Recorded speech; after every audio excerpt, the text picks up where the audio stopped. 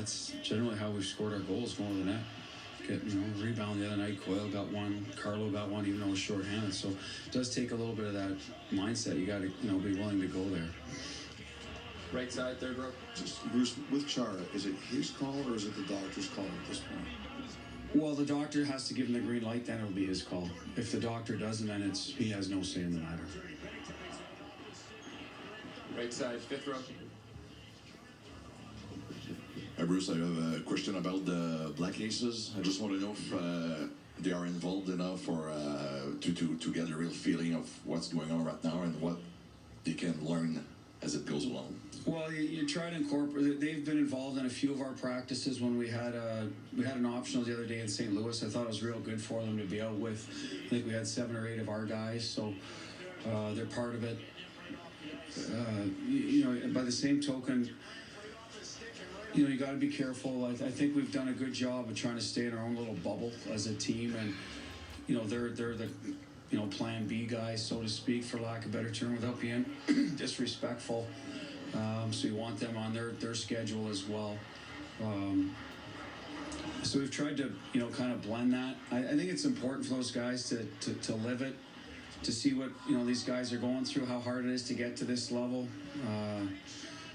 The pain you go through physically and mentally. So I was part of a group years ago when they won in 11. I thought it was invaluable for me. So I guess you, like anything in life, it's you take what you want from it. Hopefully they're not just here punching the clock, enjoying the city of Boston. That's good if they do on their downtime, but hopefully game days are soaking it in, what's required.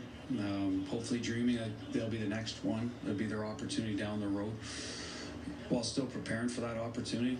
It might come. We talked about Vakanainen, for example, the other day, whether he may be in or not. So it's closer than you think sometimes. So that's part of it, staying in the moment yet learning from the process. Teams do it differently. We have about 10 of them. I think that year in 11 they had 5. So it kind of depends on the situation. Maybe how many young guys you want. Who do you feel needs it? We'll do 2 more in front right. Hey, Butch. You were able to put yourself into Torrey Krug's shoes the other day. Is it safe to say you've always been able to see the game behind the bench the way you saw it as a player? Yeah, I mean, I've joked about it. I peaked at 18, so unfortunately. But that's what I was. I was a puck-moving offensive defenseman. I liked the power play. It was something I was good at. So I see the game, certain situations in the game I can relate to. I think as a head coach, you relate. You need to be able to see every part of the game. That's part of the job. But that's just one that I enjoyed more than others, maybe. So with Torrey, it's easy discussions. When we have talks about the power play or any breakouts, that sort of thing. I think it's a little easier for me to have a conversation with than with Bergie about face-offs, or Brad Marsh how to get a puck out, or Marshy or whoever how to get a puck out on the wall. That's not something I lived. So I understand the structure of all of those things, but to me this is a little more personal and something that I just have a little more experience in. Last question, front left. At what point did you find out that it might even be a possibility that Chara could play, and what does it say about him that is a possibility? Well, I mean, he was never ruled out. Even the other night in St. Louis, he was ruled out for that third period. I mean, we talked about that. After that, it was going to be day to day. The first thing you worry about is like a concussion, right? Because then you're in the protocol. So we avoided that, or he avoided that, so that was good news. And then it's a matter of, what's next? So I guess yesterday we got a better idea, and then this morning, he's here. Obviously, he's on the ice skating, so now it's real. So that was kind of the timeline, if that helps. Thank you, Coach. Yep. All right, you've been listening to Bruins coach Bruce Cassidy talk before Game 5 tonight. Really, the breaking news here is that both Matt Grzelcyk and Captain Zdeno Chara will be game-time decisions for Game 5 tonight here at the Garden. So, obviously, huge news here. We did see Zdeno Chara. This is video that the Bruins just released of him there practicing on the ice right now. Yeah, we want to bring in sports director Joe Emarcino on the phone. Joe, what do you make of the fact that Chara is out there skating on the ice ahead of Game 5? It's absolutely amazing, and if you're a Bruins fan, this is awesome to see Zdeno Chara out there right now after reportedly breaking his jaw just a few days ago back on Monday night. Bruce Cassidy saying he's going to be a game-time decision along with Matt Grzelcyk. Cassidy always says if there's a guy out on the ice, it's a good sign that he'll be able to play that night. He's on the ice, so both these guys are possibilities tonight, strong possibilities, I would say.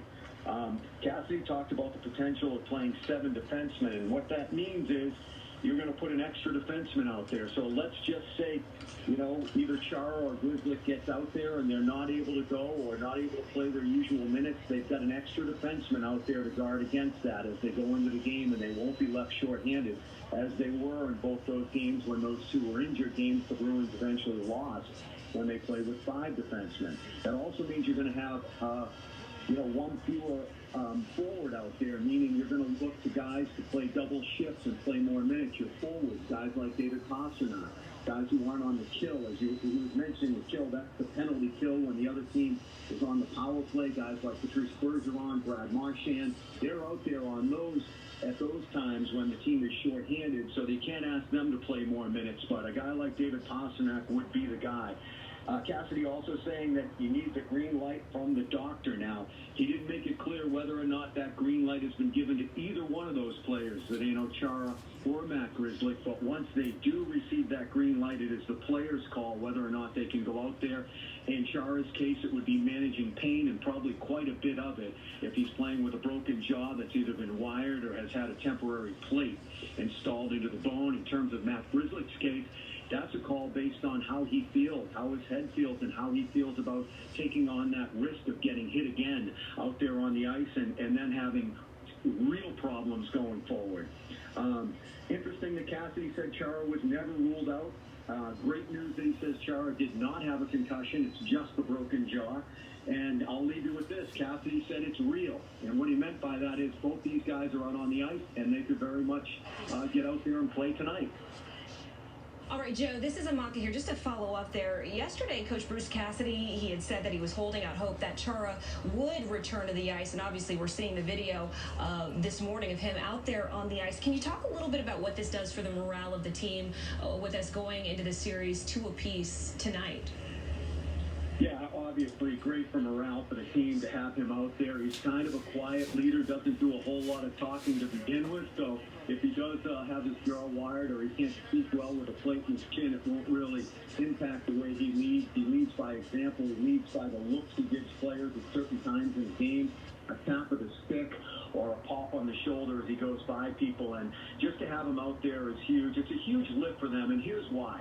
Not only is he their captain, not only is he dependable in so many ways, but you're playing against this oversized team in the St. Louis Blues. A lot of big bodies. They've got guys 6'6", 6'4", all over the place out on the ice. Only one guy under 6 feet tall. The Bruins have a number of guys who are around 5'9", 5'10", mixed in with the rest of their players. And if you take Chara off the ice and the amount of space he fills on defense, it can be very forgiving when you can create that much space and force players, especially players with size, to move around that much space. So I think the lift is just knowing he'll be out there and they'll have his presence out on the ice. And Joe, I know we've been focusing so much on the captain, Zdeno Chara here, but there's also, as you mentioned, Matt Grzelcyk, and we have to worry because that's also going to be a game-time decision. Yesterday, when he spoke, Matt said that he was feeling good, he was feeling like himself, and he said the hardest part about not playing was watching his teammates play without him there on the ice. What do you make of the fact that it's not only Zdeno Chara we're worried about here, but speak a little bit about Matt Grzelcyk's injury, too? Yeah, I mean, with Matt Grzelcyk, the way to beat these oversized teams, these heavy, large, big teams, is with speed, and Matt Grzelcyk has speed. He's the type of guy the Bruins need. He can move the puck. He can get it out of the defensive zone and into the offensive zone himself with his speed. He doesn't have to pass it along. Bruins have had a lot of trouble getting out of their own zone, meaning when the Blues get into their own offensive zone, the Bees are having a hard time dealing with it. They've got a lot of size. They're heavy on the puck. Grzelcyk, if he gets a stick on it, he has speed, and he can make a real difference in the game. The concern, as I said all day yesterday, is He suffered a concussion that was serious enough that he needed to be taken to the hospital exactly 1 week ago tonight. He's a young man with a long future in front of him. This is the Stanley Cup final. I'm sure he wants to play in it under any circumstances whatsoever. But, you know, the doctors are going to have to look long and hard before they clear him, and he's going to have to consider it. You know, the long-term impact. If he's hit again in the head, and there's a good chance he will be against this team, and how physical they play and their size and so on, he's taking on risk going out there if he's not healed up already. We see in the NFL all the time, guy suffers a concussion on a Sunday, he's back the next Sunday. It's about 1 week. So an NFL player will tell you he's good to go a week later after suffering a concussion. In the real world, that's another story.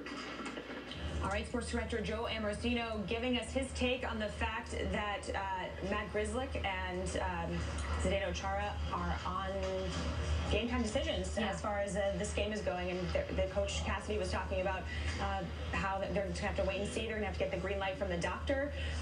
But they are on the ice practicing. So that's the good news. Hopeful today, the first time we're seeing Zdeno Chara take the ice today. We saw Matt Grzelcyk on the ice yesterday as well. So a positive sign for the Bruins as we go into the series tonight at 2 apiece for a crucial Game 5 here. We're going to continue. Actually, let's just hold this here. You see Chara here taking the ice for the first time. The Bruins tweeting out this video just a short time ago. Really remarkable, as Joe was mentioning, facing that facial injury, perceived to be a broken jaw. So it's incredible to see him out here, obviously doing a lot for morale and the teammates. It really is. And he said the doctor, if he gives him the green light, it'll really be up to him to how much pain he can handle on that ice. And you can imagine that's got to hurt. Jaw possibly wired after a potentially broken jaw. So we will wait and see what happens. Of course, 7 News will be here along the way. We'll have much more on continuing Bruins coverage coming up. 7 News at noon. For now, we'll return you to regular programming.